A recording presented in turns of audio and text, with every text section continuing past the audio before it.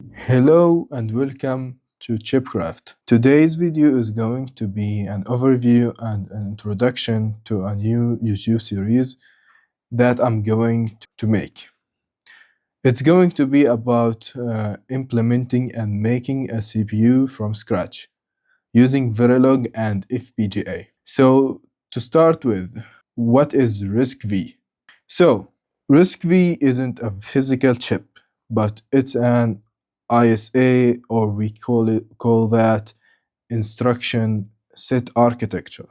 So the standard architectures like x86 and ARM are closed.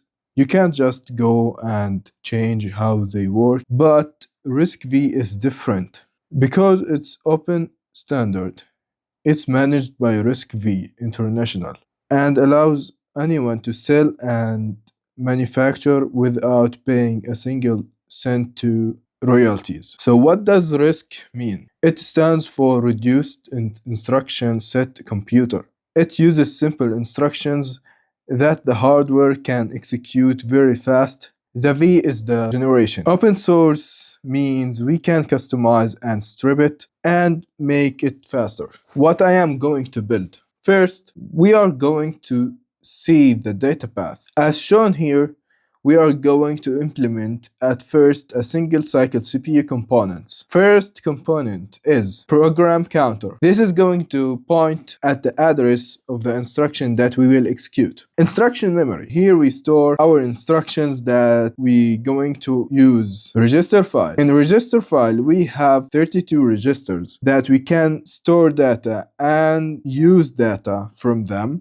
But in today's video, we will not go in depth about the register file. We will go in depth when we are going to implement that. The control unit. So here is going to be the heart of the CPU. We are going to control the other components depending on the opcode. ALU. This component is going to do our arithmetic and logic operations like add, subtract, and or XOR, etc. Data memory. Same as a register file. But here, this memory is capable to store more than just 32 registers. The project goals. So the first goal is understanding how CPU works. Second goal is we are going to write a working RISC-V core, and then we're going to run instructions using an FPGA. Learn real VLSI RTL design flow. The tools I'm going to use. First of all, we're going to use Verilog HDL, or the hardware description language. And for simulation tool, I'm going to use ModelSim. And the board I'm using is FPGA